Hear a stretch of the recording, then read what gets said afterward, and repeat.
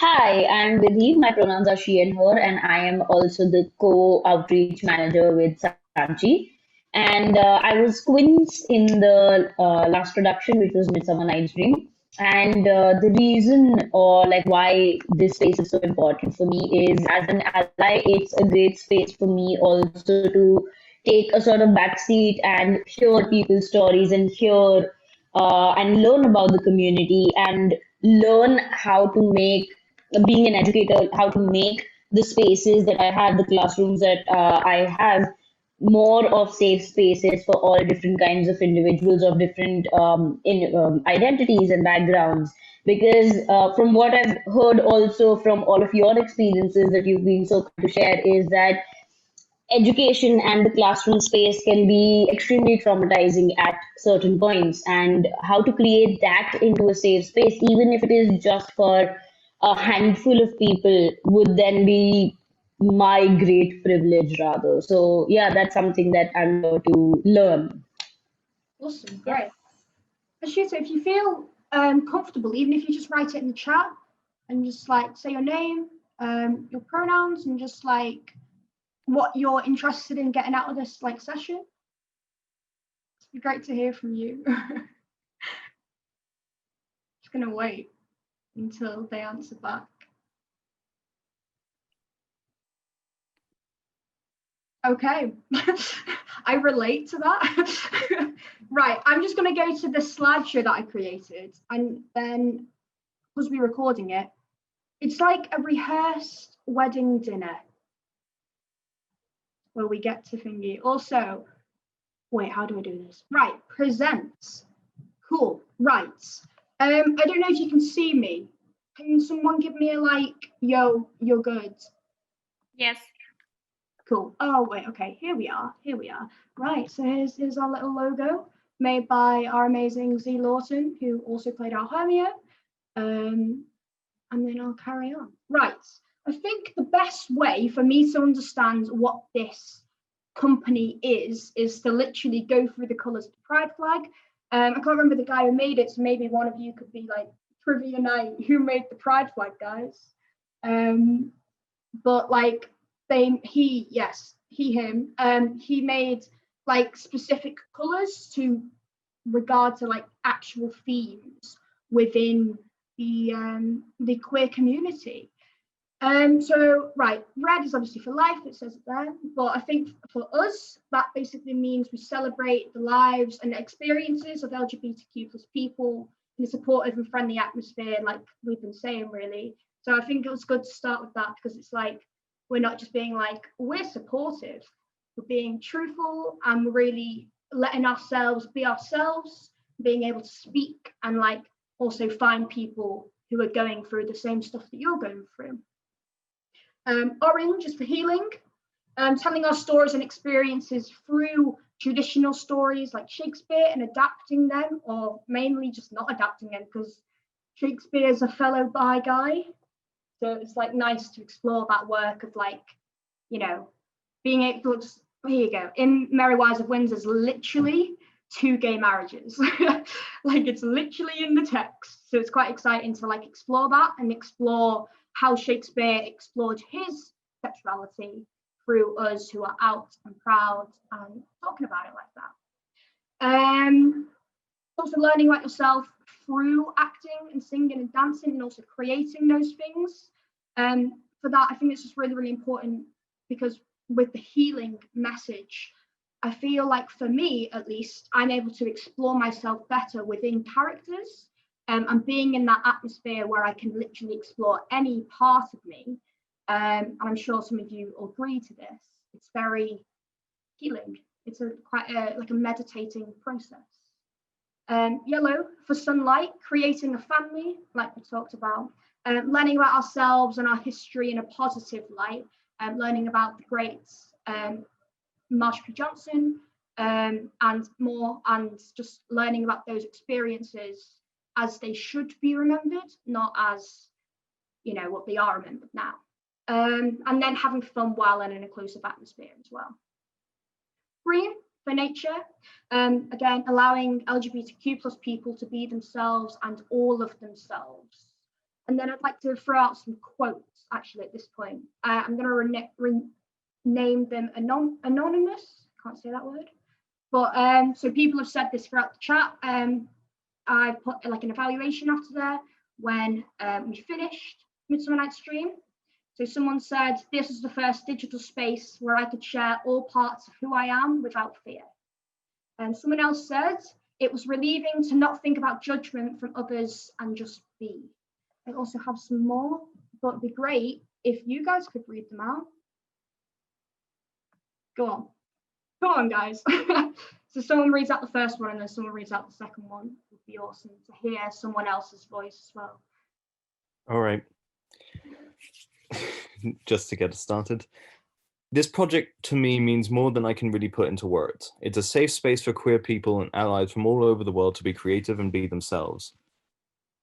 We really did make a family, and it's one where everyone is welcome. Joining the first meeting felt like coming home, even though I had never met anyone there and was on a completely different continent from most. I'm excited to see where this family grows in the future. Awesome. Someone else want to read out the second one? I could choose someone, but it'll be worse for you if you don't want to be chosen. No, I can do that. Not choose someone, I mean read it out. Cool. To me, the Queer Shakespeare Project is about acceptance, love, education, being part of a community, finding a place where you don't feel judged for anything, where no matter who you are or what your story is, you matter, and you deserve your story to be told. Awesome. It's nice to hear other people speak. Let me just check the chat because I can see. Oh, give me a moment. Hi. I can't see myself, so I'm just reading this blind at the moment. Oh no. Nice. Cool. I hope you're having fun. Like in the university you are. Trying to know.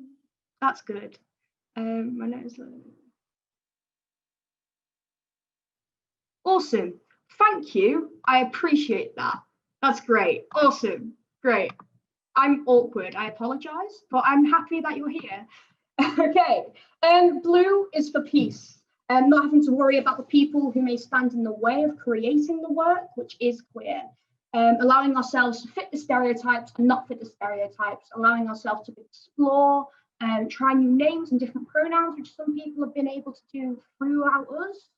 And just finding an inner sense of peace and just being able to like be supported and also give advice and just spread the love, basically spread positive messages and just being able to be there for people who, you know, because of our inherited queerness, you know, we're all going through like similar things, and it's really nice to see where those things rub up against other people. So yeah. And then purple is for spirit. Doing the project and being, I don't really want to say this as like we are the spirit of the queer community in all of its sense, because obviously we need to grow. And that's basically why I'm doing events like this and posting it out there. But like being able to be visible and letting audiences watch us and be like, yeah, queer people are talented. Again, also like this is the new pride flag. I don't know if people knew this. Within the whole like Black Lives Matter thing, and how lots of trans Black people of colour are unfortunately being murdered by US police because we hate them and all police are bastards, basically. But I think it's really, really important to let ourselves and really, really be inclusive to everyone, not just because of that reason. We're always trying to find ways of getting to an audience, but also because it's so important that not only are we like, you know, the stereotypes of gay people, like in we are gay men who are cisgendered and white and like partying, but like we are Black, we are brown, we are people who actually care about those people and would treat them as any person would and should. I don't know if someone wants to like speak for that, because obviously, like, I understand that I'm a white person. I can speak for the trans side. I'm trans myself. I go with he, him pronouns. But again, same thing of like not being able to be in a space which says like, oh, we're queer, because most of the time that is for like not even just like lesbian people, but just gay men who look hot. And that's great. I like gay men who look hot. We all do, even if we're not actually attracted to them. But it is annoying. And I think one of the reasons, again, why I created this space was so we could be here and build it and let it be our home and our community. I don't know if someone can like speak for that, maybe bring something else to like the conversation. You can shake your head, because obviously I can't, I don't want to speak over you if you don't. Okay, cool, awesome, great. Let's go. This is some things that people said about Midsummer Night's Dream, and I'm really happy that Hashita, you watch Midsummer Night's Dream, because I just think it's good to create work and also let it be accessible. I know I'm speaking just all over the place right now, but again, being accessible is really, really important. We had an audio description introduction.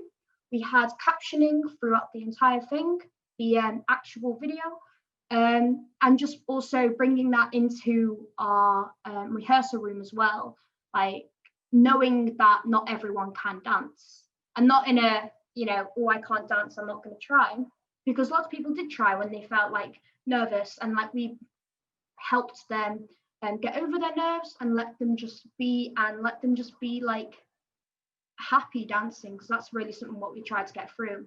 But also like people who've got wheelchair accessibility needs like that. It's great being on Zoom, because one, we don't have to pay for venues, but two, we've got this place where like people can be in wheelchairs and still be able to interact and be in that room with us. But also we need to build on that. I really want to find someone who can write captions for these events, and maybe in the future write it for the rehearsal room. So also, Hashita, if you know how to do that, stay tuned, because I'll be talking about that, how to get involved in that in more detail. But yeah, I think that's really, really important as well. Look, it's us. Okay, great. What we aim to deliver by February. I was like, what's the month that we aim to do this? February. We want to put on like virtual clubs. Probably that would be like in a workshop style, something like this, but with more people that we don't know. And looking at the choir, and not choir as in like we are professionals, we are singing to be majestic gays, but in the thing of singing for well-being and singing for fun, and letting ourselves be in that space, but also like, you know, we're muted, we don't have to sound good. We can just explore ourselves, our bodies, and what we want to do without being held to like stay on this path only. So I want to explore that through workshops which don't lead to a like event / premiere that happens in the end. So we can really be free to just do what we want and exploring texts. I really want to do a poetry workshop, so if people are interested in that, get in touch, because I want to do that. I'm interested in poetry. I want to say I'm a spoken word poet, but not right now, but like building up to it, and events like that, yeah. And then again, a winter and a summer production using a Shakespeare text and including moments of song and dance. I hope, Hashita, you get like first news of this, and all of you guys, because I don't think I've told anyone. I might have told you, Gabe. But I want to do As You Like It next summer, and yeah, I'm like, oh, that's exciting. Looking at Rosalind as being gender fluid, but then also looking at Orlando and that wrestling scene as a drag scene, and looking at ballroom, but like that style of ballroom, and really exploring that within the text. And yeah, so that should be fun. Again, so we're doing Midsummer Night's Dream, and then we've got Merry Wives of Windsor as our winter, and then we'll carry on as we mean to go on, hopefully. How we do it, you can all read, but I will read it out just in case some people find it difficult to. So we have a period of weeks of rehearsal over Zoom. If someone can find out how many rehearsals we've got for this one, weeks of rehearsal, but it starts on the 1st of November and goes to the 17th of December. So if people can do math, that's great, because you know I can't. And then we have the final week of rehearsals. And within Merry Wise, we'll have 3 days and 2 days for run-throughs. 7.5. 2.5 for run-throughs. 7.5. 7.5. That is 1.5 weeks more than Midsummer Night's Dream, so it should be pretty good. Didn't know that. Cool. So yeah, we'll have a final week of run-throughs. Off script, I'm not letting anyone be on script for that, so obviously I'll work with you to get off script. But as soon as you need that script for the final week, I'll be like, no, we're going to have a private talk and we're going to discuss about how to learn lines and how to do that in a positive atmosphere, but also how to do that fast. Because I'm not going to let people slide this time. Not that I did last time. And then final week will be done over 3 days. So we'll have one for the first act, like in Act 1 and Act 2 in the script. Second day for Act 3 and Act 4. And then the final day for like songs, etc. and things that we might need to complete for that. After filming, send your video footage to the email. Is that good, Gabe? Or do you... Cool, awesome. Yeah, so Queer Shakespeare Project at Gmail. Actually, no, it's wrong that. Queer Shakespeare Theatre at gmail.com. So I wondered why it looked a little off. Yeah, you put that in the chat, Brett. Thanks. Yeah. Awesome. So yeah, and then that means Gabe can get it, and I know you've done it, so you'd have to do that, but we'll make sure that we keep reminding you to put it in as soon as possible, and then you've done it. That's pretty good. And then on the day of the premiere, we'll meet up before and after the event to just basically just cry.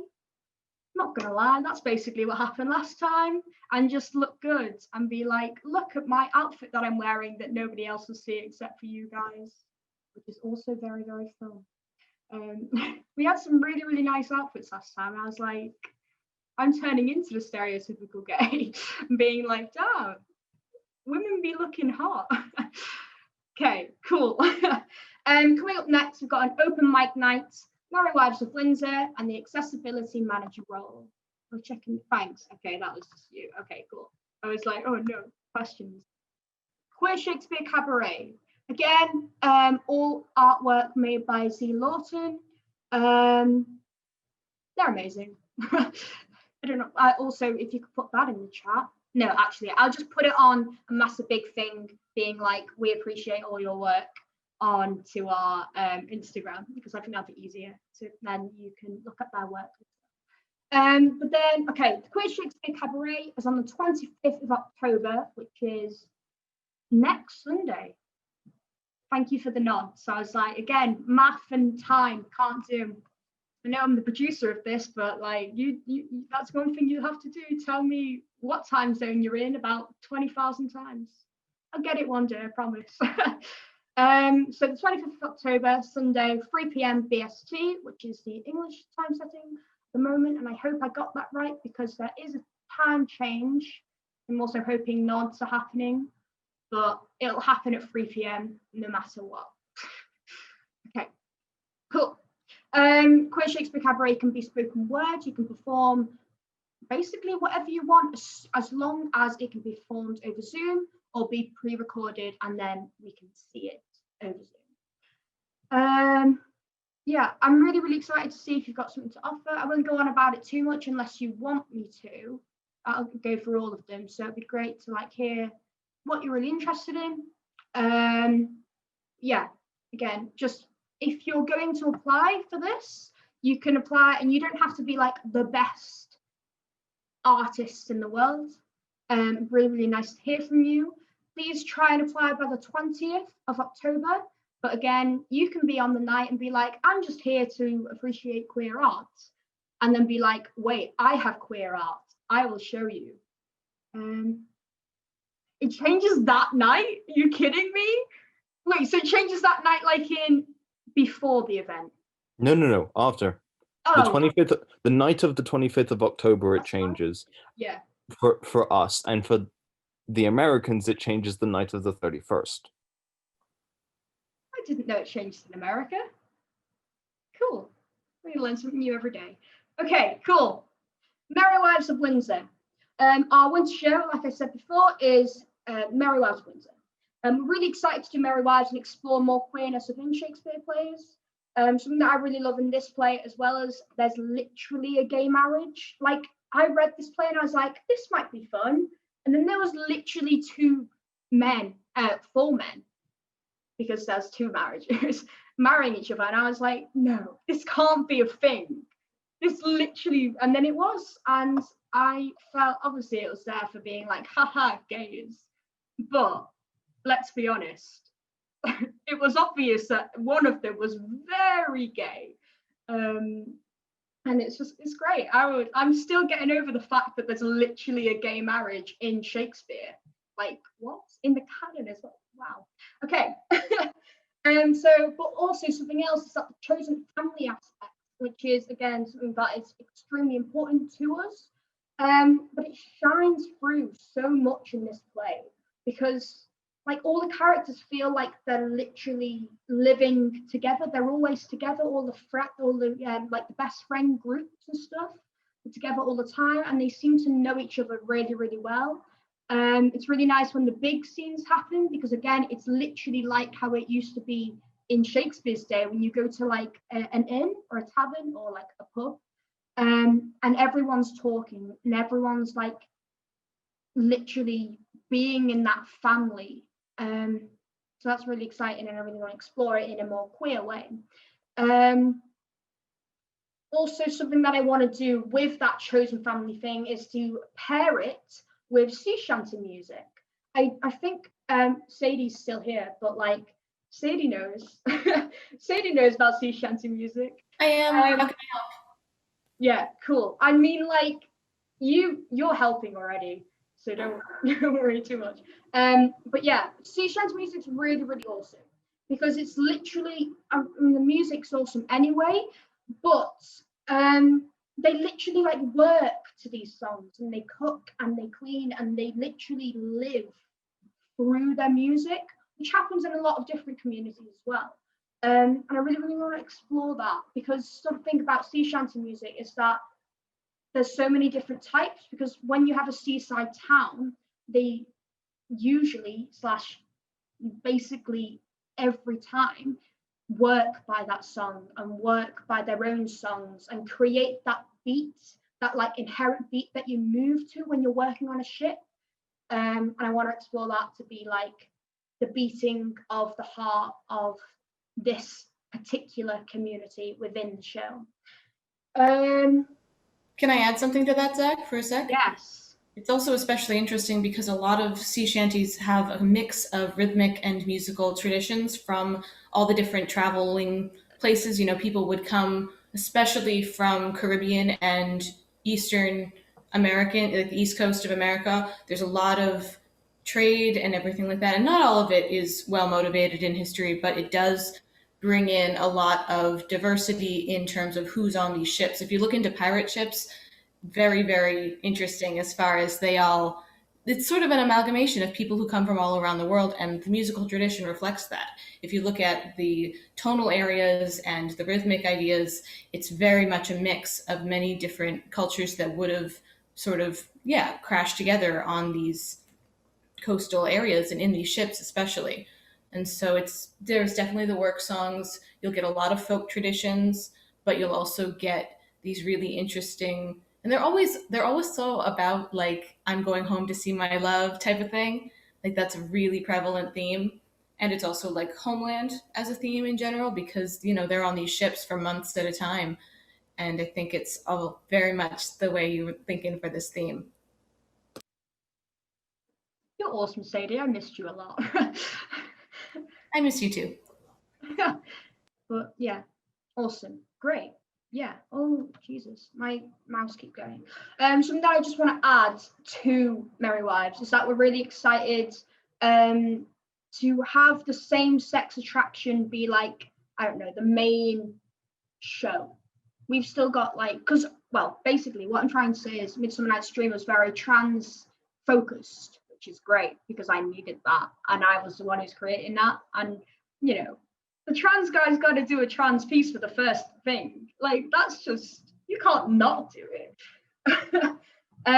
But like looking at Anne and Paige and Fenton, and as a lesbian couple, basically, I'm really just exploring that and just letting it be. By letting it be, I literally mean just being like, yeah, so they're gay. And then it's like, yeah, okay, cool. Yeah, queeration. We're looking at the queers. Yes. Gabe, good time to post links because then I'll go through them. Awesome. So again, Gabe's sending in links, and this will give you links to the Merry Wives of Windsor page and the Just Giving page, which I'll talk about in a second, and then the accessibility manager page as well. Great, cool. Something I also want to say is that I'm really, really interested, and I think, again, it's incredibly important that we do this, not just because, you know, getting in that diversity, but because I want to do this. I want to give, I don't want it to be all white. I think I've always had this problem. I think I said it at the introduction as well. I was like, I'm extremely aware how extremely white we are. We have people who are not white, but it's still like, we need to expand and really be open to everyone. So people from the outside can look in and be like, okay, I get it. And I want to be in this company and I want to be there because I feel like I fit there. Like, I think Sanchian Vidi and Samita, who's our musical captain, who, yeah, and just Gabe as well, can really speak about being a non-white person in this space. Because I don't know, I don't want it to be like, you know, we're good, right? But like, it doesn't matter to me. What matters is that you're safe. And what matters is that you're able to express all of yourself. If you feel like something's pushing you back, I want you to tell me. I know that's really, really hard to do. We have got people, we've got a stage manager and a production manager you can speak to. And we've got people, outreach managers, who will understand more of what you're going through if you're having a problem with us in whatever way, form, about race. We want you to feel safe here. Yeah, if, I don't know, I don't want it to be like, Vidi and Sanchi, speak about your experiences here. But I think that will help. So I'm just going to stop for a second. Someone to... Yeah, I think what's also important, I'm sorry, I was thinking of something and now I seem to have just lost what I was going to say. But yeah, I think it's not always necessary for us also to sort of have this sense of, okay, yeah, this is a non-white representation or you're extremely white, but it's important to acknowledge the differences as well, and then see, as you said, how to create a safe space for all people from different identities coming together. So from my personal experience, I've always felt very much at home, whether it was from the first day that I randomly messaged you after seeing the post on Instagram, or it is today that I'm here. But I've always felt very much at home. I don't know, maybe it was because of the association with Shakespeare, but simply because the space provided that sense of safety as well, and that space provided that freedom for us also to explore and to experiment and to play around with different things. And I never felt any different from anyone at all. And I think, yeah, that's I don't think that those differences always have to be marked out, but it's absolutely very necessary to also acknowledge them at the same time and ensure that you are doing everything in your capacity and you're constantly learning to create those spaces as safe for other people as well. Yeah. Yeah. Yeah, I completely resonate with that. And I think this space has been a very good balance between acknowledgement and celebration. Like, you don't find that everywhere where differences are accepted, like, all of it, everybody is aware of the differences, and the differences are also acknowledged, but at the same time celebrated. And I just felt very safe here. And I think the best part is that everybody is very open to learning. I remember that we've had conversations about everything and anything, like Yeah. colonial impact and like how Shakespeare relates to colonialism and how it's come out in some of his plays. So I think that's the best part for me, that everybody is just so open to hearing out everybody else and seeing what their opinion is, what is everybody else's point of view. And yeah, just the fact that everybody wants to learn makes me feel really welcome and safe. Awesome. Yeah, awesome. Great. I also want to say, like, it's really interesting from a trans perspective, because the way I look at my history isn't like family history. And it's more about the social impact and what different people have created for me to live my life right now. So, like, not only have we got Marsha P. Johnson, who I keep mentioning, but like, she is amazing. Who threw the first brick, who is like known to throw the first brick at the Stonewall riots, which is in itself quite a scary atmosphere and like not a nice event. But someone changed that. Someone was like, I'm not going to let these police walk around here. And it always was Black and brown communities who were helping us and were there for us. And I just feel like it's really, I don't know if this is like the right kind of thing, but like I feel like I owe it to be anti-racist. I mean, obviously everyone should be, but like, because my rights, literally my actual rights to live as I am, came from those people. And not only that, but talking about colonialism, I just can't speak. But like looking at gender at that, and looking at how it's like the Western societies that have kind of like hurt trans people in that way. But then looking at how like we used to be gods, like we used to be respected as much as like priests and stuff are respected now. And it's really exciting to explore that. And but also like I just think we owe it to them. Not like we owe it to Sanchi and Vidi, but like we owe it to those ancestors, and we owe it to those people who literally gave me my rights. And yeah, okay, cool. Also, again, not just Black and brown communities, or you know, any BAME community, but like looking at non-binary performers, and people who have disabilities and mental health disorders. I have social anxiety. I don't know if like you guys use mental health disorders. I use it to explain my social anxiety. I'd be happy to change any terms as well. It's like, that's one of the conversations. We were like, queer is a good word, right, for all of us? And they were like, yeah, it's fine. Cool. But like, I'm also deaf. I have a disability, and it's like exploring that. And it's really nice because I didn't know where to go for that. And this is like a personal, like, not sob story, but like, I don't have a very good family home. Lots of people know about that. It's not like it's awful, but I'm very open about it because I think people look at me as being like, you know, the guy who's 18 and is literally having top surgery when he's 18 and is like going through the processes that most people go through when they're like 25, and just like owning that. But like, I think why I do that is because I know that people are going to be looking at me and being like, you're amazing, but also two things really. I want them to know that everyone struggles, but two, I want them to know that I'm not just like, look at me go. And like, I know what feeling, being in a transphobic household, I know how that feels. And I always respect people who are going through that process. Like, it doesn't matter if you're not out to everyone. It's not always safe to be out to everyone.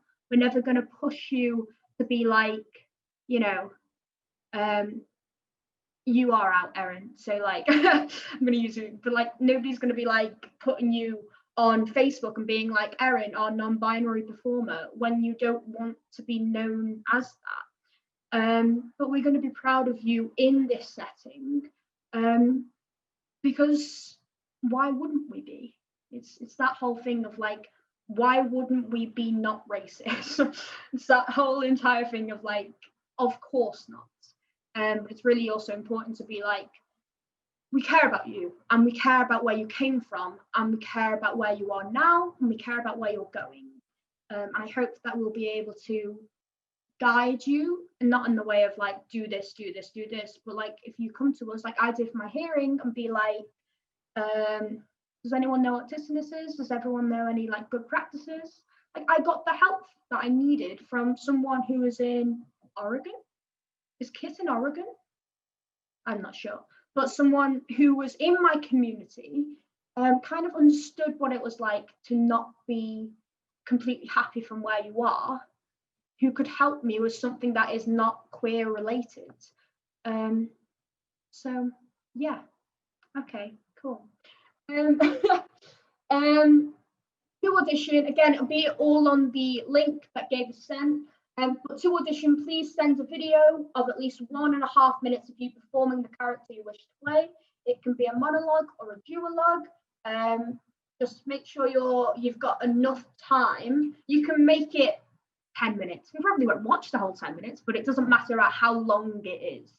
What matters is that you're showing your skills, and that you're showing that you understand that character. It doesn't have to be in a queer way, but just understanding what it's about. There's loads and loads of resources as well, something that I didn't actually put in here. There's loads and loads of resources. So if you literally just type in Merry Wives of Windsor on the internet, you'll be able to get modern translations. You'll be able to get information about the characters, about the scenes, about different ways of acting Shakespeare.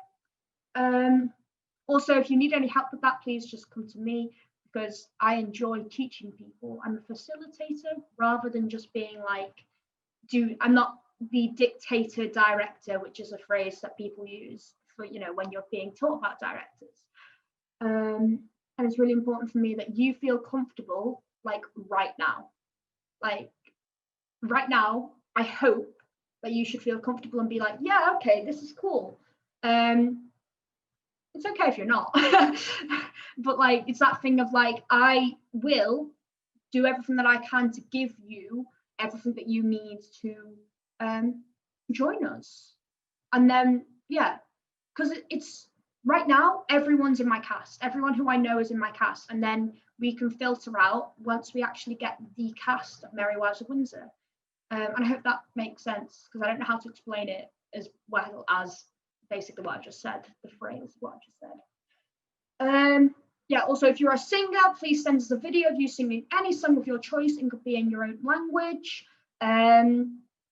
Yeah, just sing for us. If you want to audition for a musician part, there are 2 ways you can do that. Again, it will all be on the information thing in the link. But so you can either share with us a video of your musical talent, of an instrument you play, and some of your composing skills. You can just be like, I performed bass. That's an instrument. I was like, I'm not very good at this. There's someone who can do this better than me. I performed bass at this band, and this is a song that I wrote that I performed in with my band. You can send that in and be like, yeah, that can work. Also, that can happen within the song choice as well. You can send us something like that. I see chats. I don't know if it's just people. Yeah, you have a question? Go on. Hi, my name is Harshda and I'm from India. Hi. So hi, nice to meet you all. So I saw the page on Instagram and then I connected Ji Mehra. Ji. So I just wanted to know. Oh, Yeah. Start again for us. And Sorry. Yeah. Am I audible? Because my net is unstable. Go on. Am I audible? Yes. Yeah. you are. So I just wanted to know the process of the rehearsals. Like, can you please take me through the rehearsals? How does that happen and all of it? Cool. So like my process of going for rehearsals is, one, we all say hello, we all kind of introduce ourselves, even if we already know each other. We set a environment which is quite peaceful, but also separated from wherever you were before because of the like Zoom setting of it. Two, we go through the script. I don't speak to you. Oh, obviously I speak, but like I just go, let's just run through. No worries about turning off your video, and we'll, you know, sort all that stuff in a minute. We've run through the whole script, and basically I go, I like this bit because it's real and it's truthful because you performed it without me being like, do this. We stop performing at the end of the scene, and then we kind of do what I just said, but also like if I think here's a moment where it's like quite nice and I want to see what we can do with that moment, we'll look over that specific like couple of lines or maybe like a page, or just go through it again and like you be thinking about that particular moment. And then we basically just run it and we make sure that we know what we're doing. We might run some other stuff as well that we've already looked at. And yeah, it's more for me, it's always about what the actors can bring to the table. I feel like this is a phrase that directors say a lot as well. Like my job, it's not done after casting, but 90% my job is casting. So hopefully most of the time when I get my choices right, you know, from who performs at the audition, you'll be able to do the character that I've like given you, and we can work on it together really. Yeah. Okay, I also wanted to know, so are these rehearsals like structured, like we do particular hours a day, or is it like how we feel that day particularly, according to how we feel? Okay. We've got a rehearsal schedule on the page of the Merry Wives of Windsor. The reason why we did this is because we're aware that like school's starting back up and just like university and like work. So do look at that before you audition to make sure that you can come to the rehearsals, especially for your character that you want to perform as. I normally just set a start time and make sure that I do not carry on after 3 hours. We've kind of figured out a like a time slot. It will all be on there. So hopefully that helps as well. Okay, all right. Thank you. Awesome, great. Erin, did you have something to say?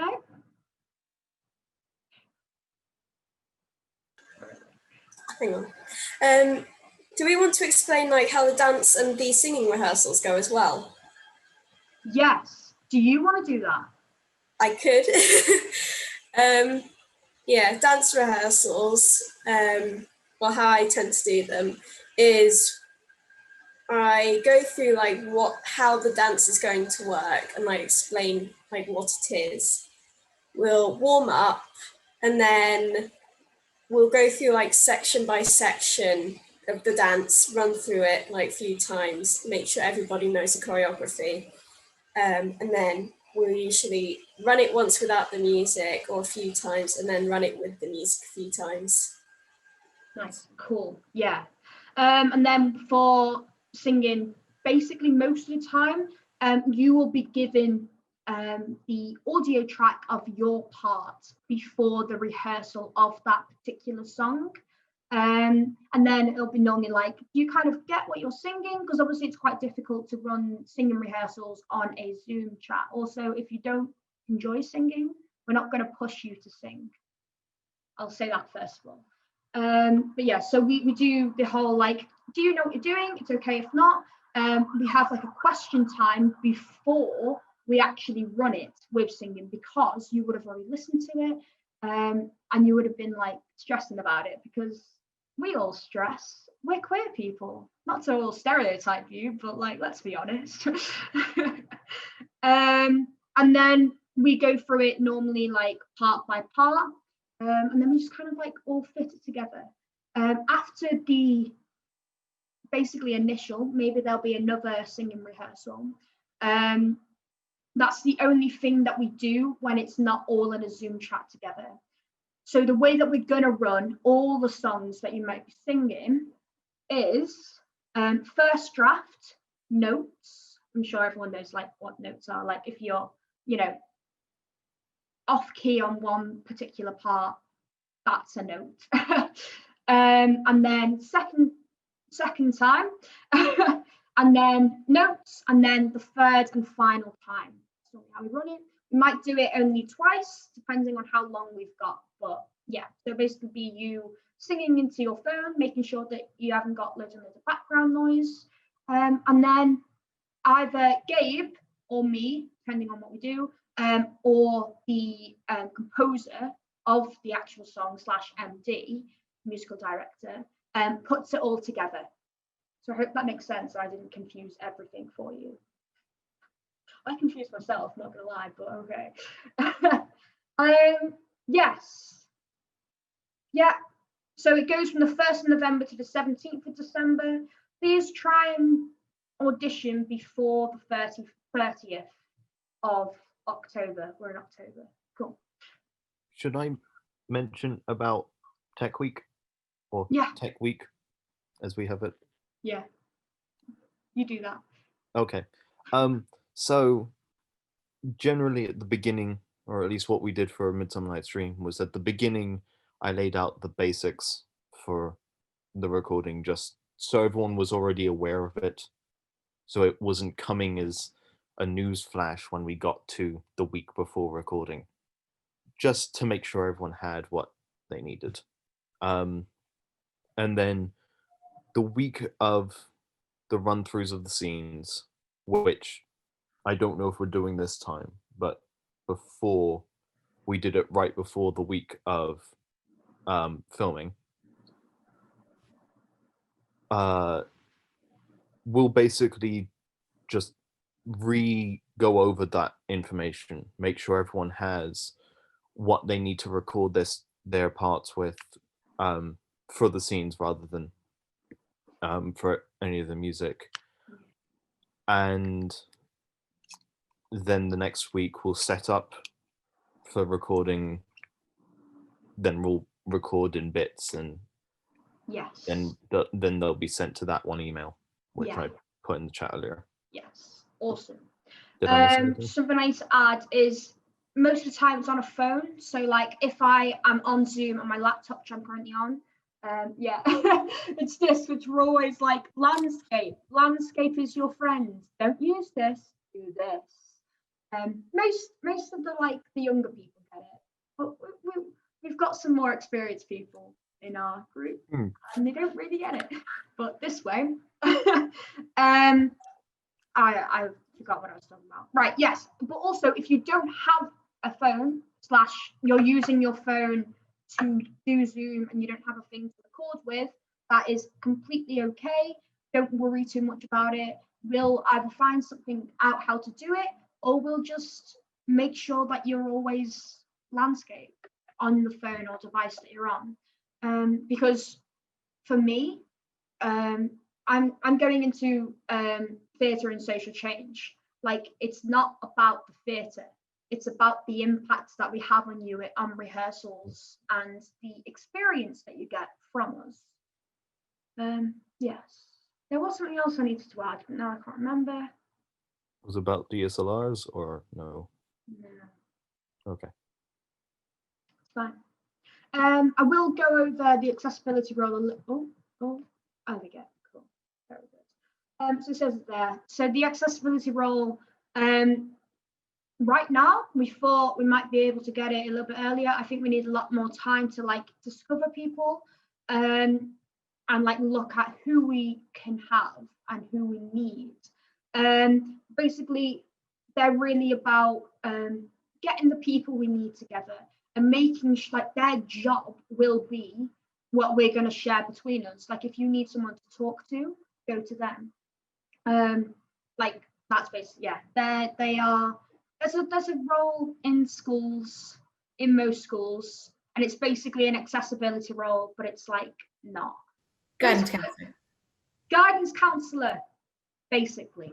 Yeah, but like less like, you know, mental health, like I'm dying, help me. It's more like I'm just having a problem with this. Can you do it? And they'll be like, yeah, cool. Also doing, like it says at the bottom, captioning and audio description. I would love to get into that place in about 5 years' time, because obviously it's a massive big ask, where we have a production and we audio describe it entirely. It's a big, you know, it took me about a day? No, about 3 hours to just record the 30-minute introduction.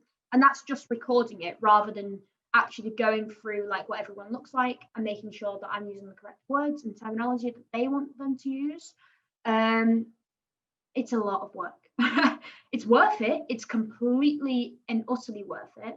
But I would love to get there and we'd be like actually producing all of our events for free like we're doing, with an audio description for the entire film, basically. To be the accessibility manager, you'll have to be 18 years of age or over, a commitment to promoting equality, diversity and inclusion, ability to organise and multitask, and again, an understanding of captioning and audio description. I won't go through that too much, so it'll all be there on the thing because we sent it to you. I'm gonna stop sharing now. Cool. That didn't take that long. Actually, it took an hour, so that is quite, no, it didn't. Okay, cool. Oh, someone was in the waiting room. Did they just arrive? Okay, good. That's okay, because we're going to questions now.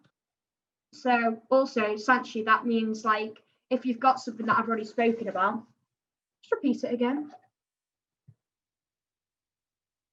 Joining. Cool. We're just going to go through some questions that Sanchi made because she's smart and I wanted her to do it. And then, like, if you've got any more questions, please just ask. Hello to the person who came in. No, I'm not even going to try. Hi. How do you pronounce your name?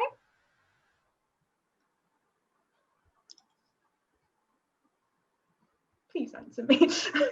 I like to talk to people. No. Pranali, hi, are you there? Pranali. Cool. It's a really nice name. I relate. Yes, hey, I'm here, right here.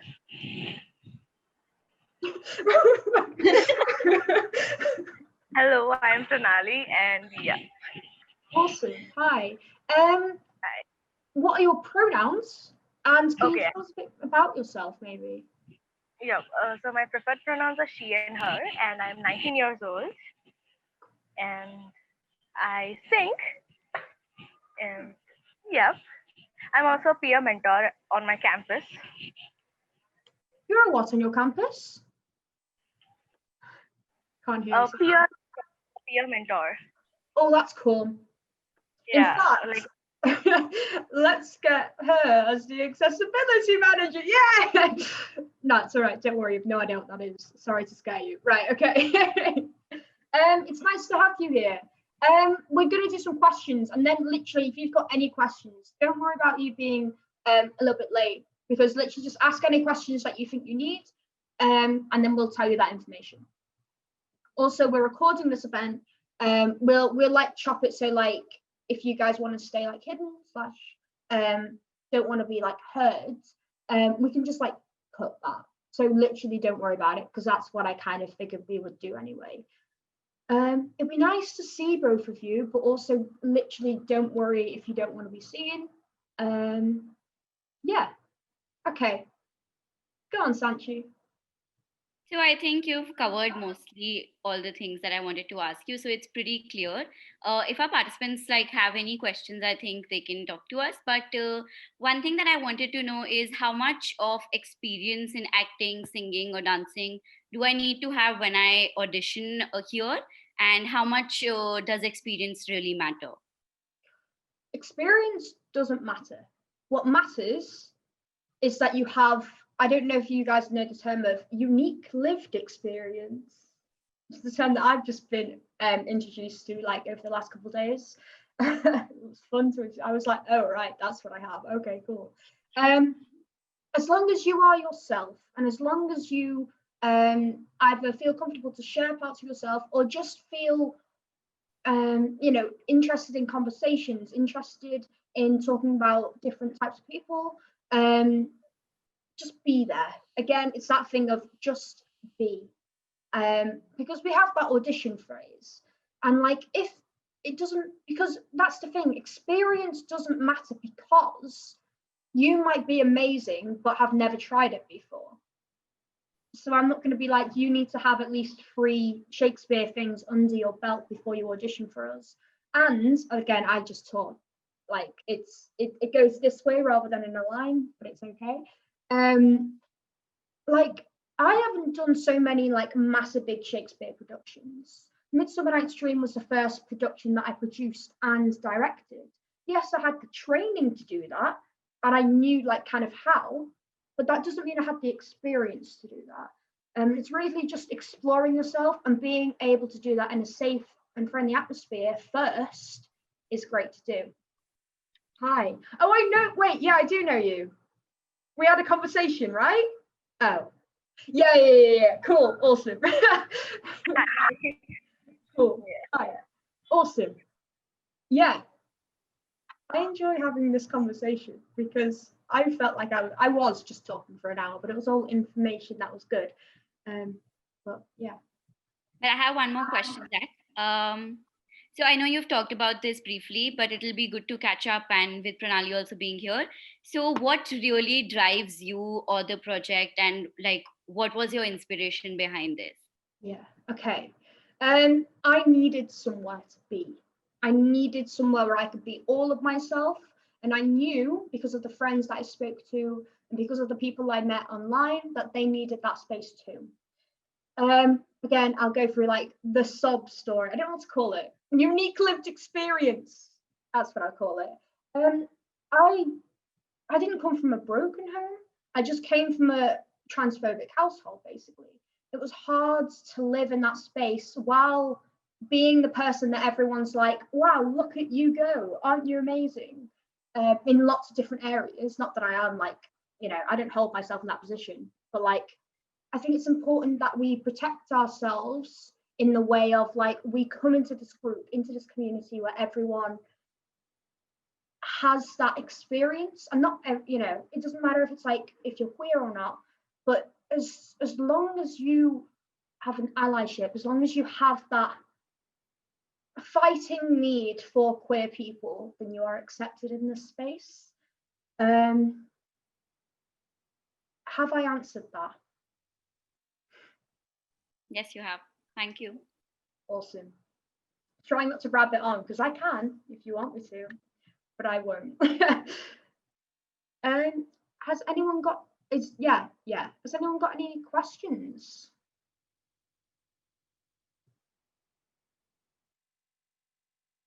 I guess no. We'll be sharing what we've just done throughout the whole thing. Hi. I like what you're wearing. Hi, my net just got stable.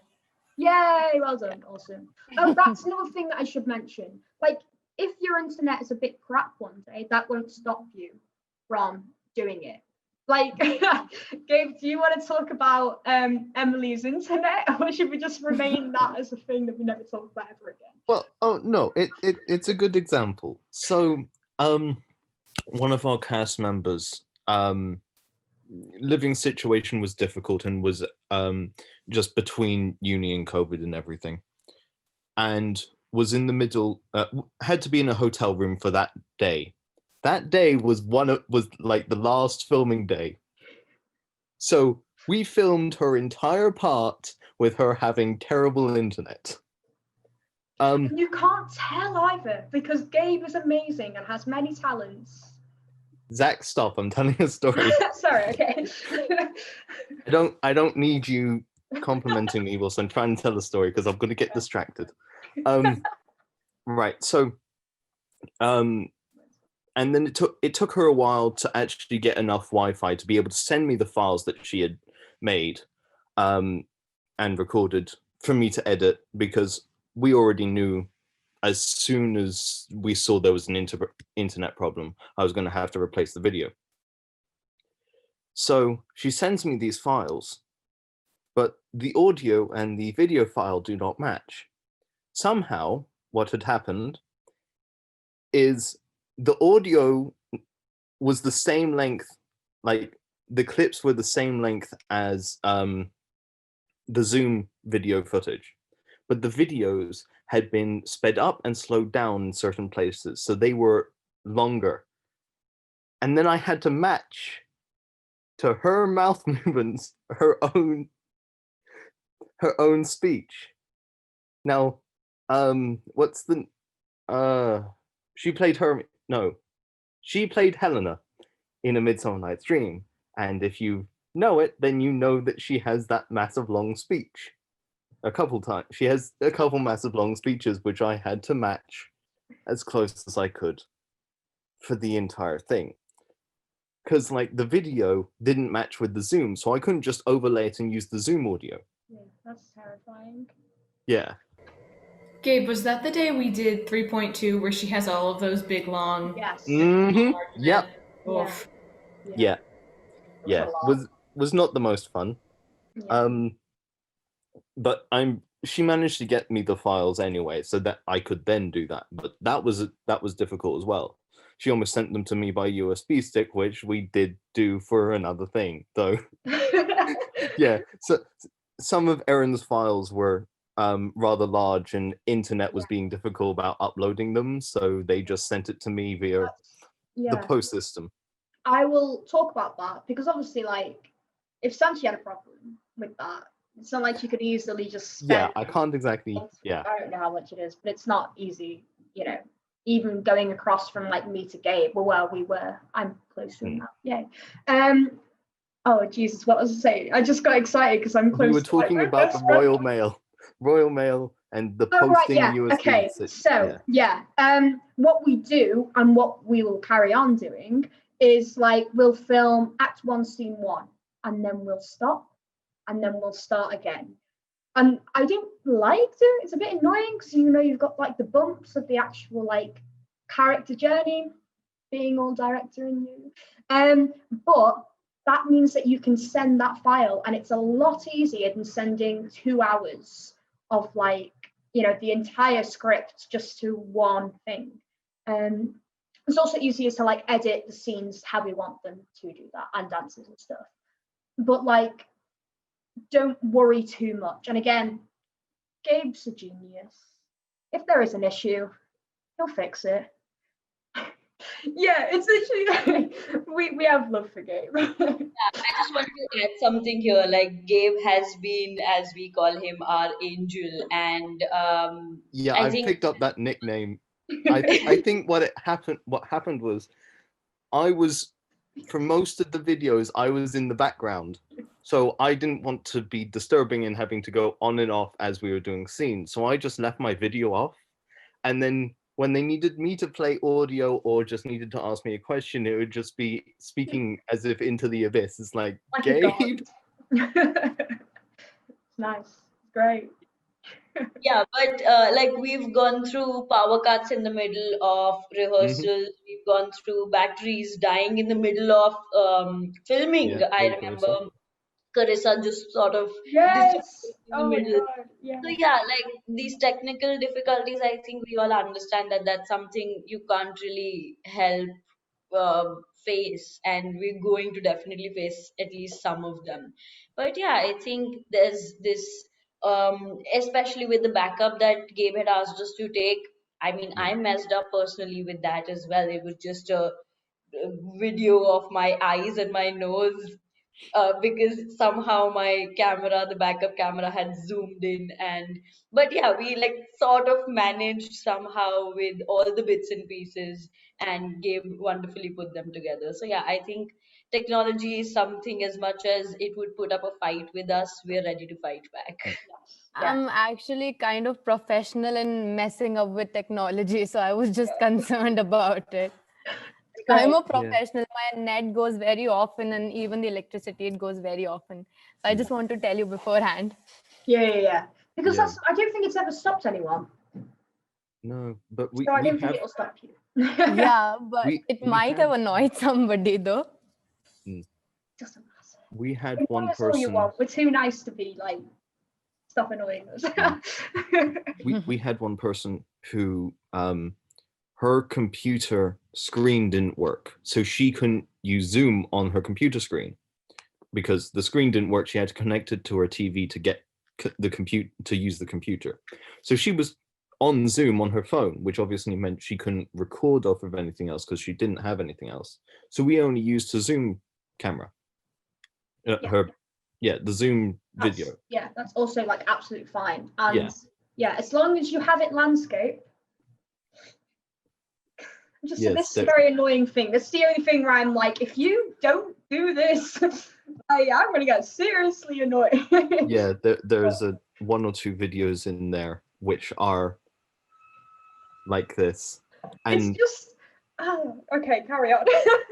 Well, it becomes noticeable to me because I don't know if everyone has the video in gallery view for Zoom currently, but generally when we're doing, like during the dances, I was moving the cameras around, as those who have seen a Midsummer Night's Dream will know.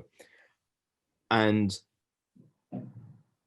generally the setup was that we had them in a Zoom layout. Now, when people gave me videos that were like this, filmed like this rather than filmed landscape, filmed portrait rather than filmed landscape, they didn't fit perfectly into that. You know what, something else though?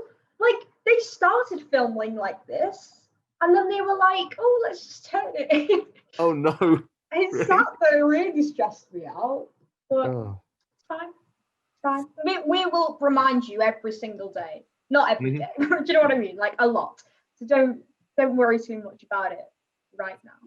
For like research tasks I've had to do this week, just uni stuff, we had to watch a Facebook Live video someone had done of a dance rehearsal, and they were living it the wrong way around. So I literally had to stand my computer up like that to watch it.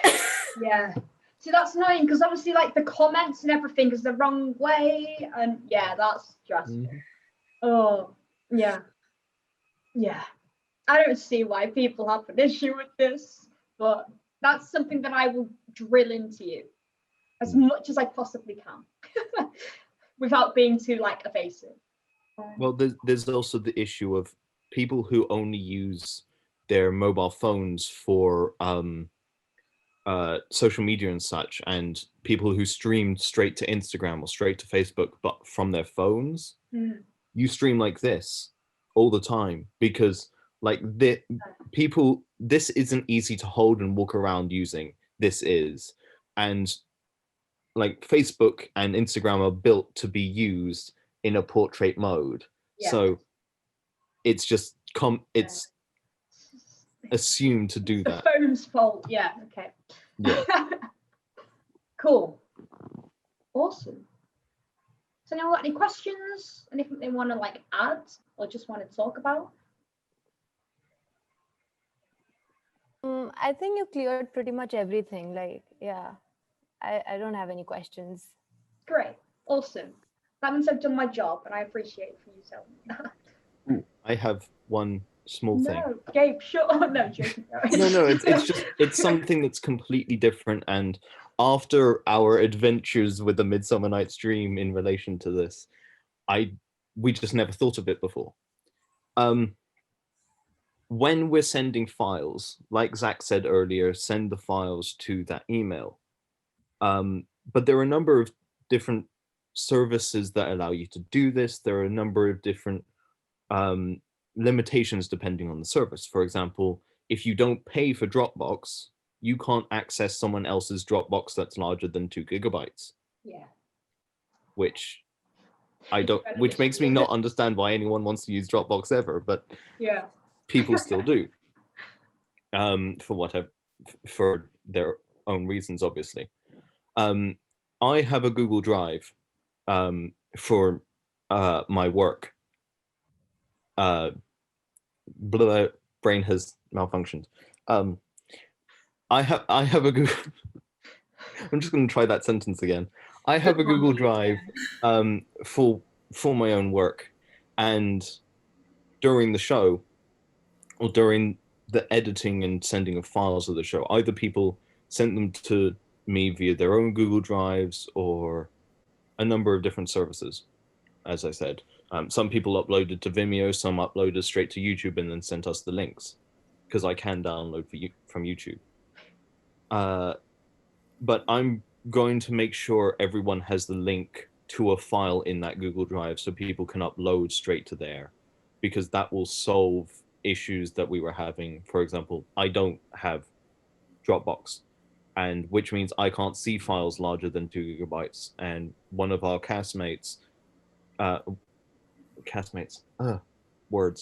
one of our cast uploaded, sent me a link to a Google Drive which was a Dropbox, which was 5 gigabytes. Because I don't pay for Dropbox, I couldn't see any of those files. So we had to work out a different way to get them to me. But I didn't realize until a period of time later that that was an issue. So. Yeah. Google Drive's good as well, because I think every country in the world, at least, I assume Most of them have access to it. Google. Yeah. Not that doesn't mean that everyone in those countries have access to Google, but those actual countries have Google as like a thing. So that's always good. Yeah. From right now, from my actual, because I did this, I was like, what countries have which? Because I was like, want to be accessible. Yeah, I think everyone should have Google, or at least be able to access like those kind of things. But yeah. Yes. Yeah. So actually, apologies for joining in late, because I'm not used to this different time zone. So I actually did not know when to join. And then I was like, I freaked out, and I was like, okay, let's see if the session is still going on. And then I came in, and yeah. So it seems like I almost missed everything, like right from the beginning. So actually, I'm right now very clueless about all the, yeah. So that's maybe could you just sum it up, like whatever? Say the last thing again. Sorry, hearing aids and then connection don't really work very well. I'm asking, could you like just sum it up, like whatever, like about the UN auditions or like. Because to be honest, like when I spoke, I was like, whoa. I just wanted to let you know. So Pranali, this is being recorded and we will be putting it up on YouTube as well. So Zach can definitely go ahead and maybe sum it up. And what we can also then do is you can just go through the first 1 hour, because I think it was an hour that you missed. And Zach had an elaborate PowerPoint that covers, I think, everything, and very nicely covers all the topics. So after that also, if you have any questions, of course we're all here and you can just get in touch with us. So yeah, Zach, if you want to go ahead and sum up, you of course can. Sadie, you do it. Sum up what's been happening. Okay, sure. Lightning round, how long do I have? Okay. So basically we talked about what the community and the Queer Shakespeare Project is fundamentally striving for. We want community, we want accessibility, and we want a chance for people who are part of the LGBTQ plus community and their allies, anyone who is willing to sort of take Shakespeare and theater in general and bring it into that sphere of social justice. We want to make sure that this is a safe place for them. And so we also talked about our new openings on the production team, including an accessibility manager. All of that information is on the Queer Shakespeare Project Instagram and website. And our next project is going to be The Merry Wives of Windsor. It has not yet been cast, but the rehearsals will run from the beginning of November to about midway through December. and that should be a very fun show also. So if you're interested in like helping with the music, helping with the tech stuff, acting, definitely send some messages to them and find out how you can get involved. All the information is again on the Instagram and the website. And other than that, I think that's everything, right? Cabaret, That cabaret. was really, really well summed up. I wouldn't have been able to do it that well. That's why I asked someone else to do it. Because I talk a lot, so I was like, someone else do it, and it'll last for about. Also, the Queer Cabaret, that's also happening next Sunday. Yeah, you're Yes. performing in it. But yeah, because that's the thing. I'm the one who from till a certain point until we get like marketing manager Emily like properly like settles it and like sorted out properly. But like I'm the one you're speaking to at the moment on the channel.